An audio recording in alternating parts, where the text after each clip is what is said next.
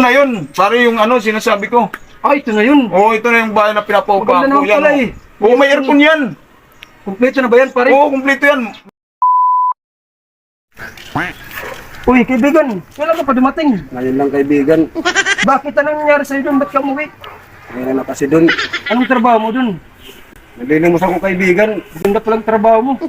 Anong ating? Ganap sana ako ng matutuluyan na bahay. Ang meron ko diyang kaibigan na patlipitihan. Kahit isang buwan lang. Sakto lang. Meron akong kakilala. Tara, hindi mo kumpare ko. Nagpapaupa, bagong bahay. Tara. Kailan kaya ako magkakaroon dito ng uupa? Pre, Hoy, pre! may Oh. kaibigan ako. Naghanap ng maupahan. Ano yun? Kasi wala siyang matutuluyan eh. Wala kang matutuluyan? Galing siyang Maynila. Kauwi pa lang. Oo, maraming pera to. Galing Manila. Oo, magandang trabaho nito. Oo, Yung lilimos lang siya dun. Umuwi siya kasi mahina na. may na yung ano. Mahina na daw ang kita. Oo, meron ako dito. Tara, dito. Ito na yun, pare, yung ano, sinasabi ko. Ay, ito na yun. Oo, ito na yung bahay na pinapaupa Maganda ko. naman pala eh. Oo, may aircon yan. Kumpleto na ba yan, pare? Oo, kumpleto yan. May aircon yan.